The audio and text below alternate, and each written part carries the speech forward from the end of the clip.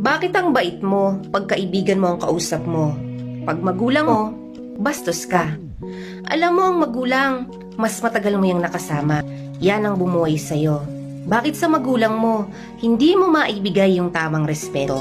Kapag titingin ka sa mga kaibigan mo, nakangiti ka. Pag magkikita kayo, ang saya-saya nyo.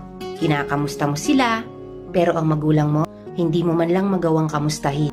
Bastos ka pang magsalita. Hindi ka nga makalabas ng kwarto, ni hindi mo sila kausapin.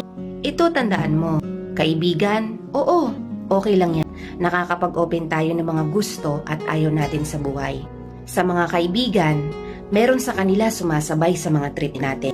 Pero tandaan mo ito, yung mga magulang, ito yung mga taong talagang ipaglalaban ka hanggang kamatayan nila. In fact, sa sobrang pagmamahal nila sa'yo, kahit di mo sila kinakausap, ikaw pa rin ang iniisip nila. Kapakanan mo pa rin ang mahalaga para sa kanila. Kung sa kasal, may kasabihan na till death do us part.